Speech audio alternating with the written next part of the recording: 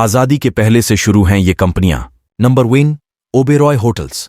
Oberoi hotel देश की नहीं दुनिया के अलग अलग शहरों में लग्जरी होटल और रिसॉर्ट की सुविधा उपलब्ध कराता है। ओबेरॉय ग्रुप की स्थापना साल 1934 में मोहन सिंह ओबेरॉय ने की थी। मोहन सिंह ओबेरॉय का जन्म 15 अगस्त 1898 में पंजाब, वर्तमान के पाकिस्तान में हुआ था, जो वर्तमान माई पाकिस्तान माई हैं। मोहन सिंह ओबेरॉय अपनी मां से 25 रुपये लेकर शिमला गए। उस समय के सबसे बड़े होटल सिसिल में क्लर्क की नौकरी 40 रुपये पगार मिल गई थी।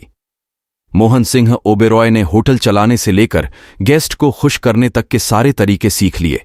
इसके साथ ही अपनी सैलरी का कुछ हिस्सा बचत करते रहे। इसके बाद 14 अगस्त 1935 को मोहन सिंह ओबेरॉय ने होटल सिसिल को 25,000 रुपयों में खरीद लिया। यहां से मोहन सिंह ने ओबेरॉय होटल ग्रुप की शुरुआत की, जिसके बाद उन्होंने एक के बाद एक कई होटल खरीदे और अपना व्यापार बढ़ाना शुरू कर दिया। मोहन सिंह ओबेरॉय की मेहनत की वजह से ओबेरॉय ग्रुप भारत की दूसरी सबसे बड़ी होटल चेन बन गई है। ओबेरॉय ग्रुप का कारोबार भारत समेत इंडोनेशिया, यूएई, सऊदी अरब और मिस्र समेत कई देशों में फैला हुआ है।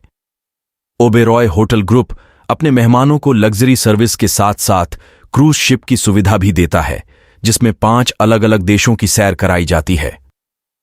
नंबर 2, डाबर। बच्चों के मालिश वाले तेल से लेकर च्यवनप्राश, खांसी की दवा दशमूलारिष्ट और अन्य प्रोडक्ट के बल पर डाबर ने जल्द ही देश के बाजार में मजबूत जगह बनाई। डाबर के प्रोडक्ट में जड़ी बूटियों का मिश्रण बहुत ही नाप तोल कर किया था, जिसकी वजह से साल 1896 तक डाबर देश का नंबर 1 ब्रांड बन चुका था। साल 1907 में डॉक्टर बर्मन का निधन हो गया, लेकिन वह डाबर की कमान अपने बेटों को सौंप चुके थे।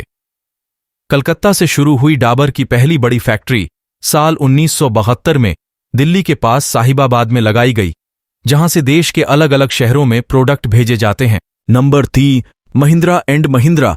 देश की जानी मानी कंपनी महिंद्रा एंड महिंद्रा की शुरुआत 2 अक्टूबर 1945 को की गई थी।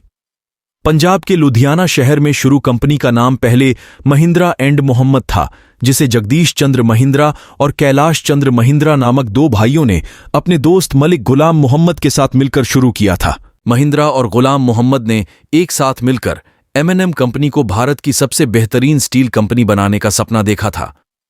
15 अगस्त 1940 को देश के बंटवारे के बाद मलिक गुलाम मोहम्मद पाकिस्तान चले गए। वे पाकिस्तान के पहले वित्त मंत्री और फिर तीसरे गवर्नर चुने गए। महिंद्रा परिवार ने अपने कारोबार को नया नाम महिंद्रा एंड महिंद्रा देकर फिर से बिजनेस शुरू किया। इसके बाद महिंद्रा ने कार से लेकर ट्रैक्टर तक कई वाहनों का निर्माण किया।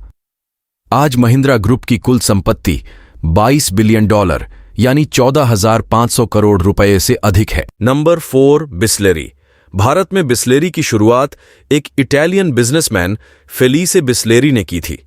साल 1921 में फेलिस के निधन के बाद बिस्लेरी को उनके फैमिली डॉक्टर रोजेज ने खरीद लिया था। इसके बाद डॉक्टर रोजेज ने अपने एक वकील दोस्त के बेटे खुशरू संतुक के साथ मिलकर बिस्लेरी का नया व्यापार शुरू करने का फैसला किया। साल 1959 में मुंबई के थाने में पहला बिस्लेरी वाटर प्लांट लगाया गया। उस समय बिस्लेरी की बोतल 1 रुपया में बिकती थी। इसके साथ कंपनी ने सोडा बेचना भी शुरू कर दिया था।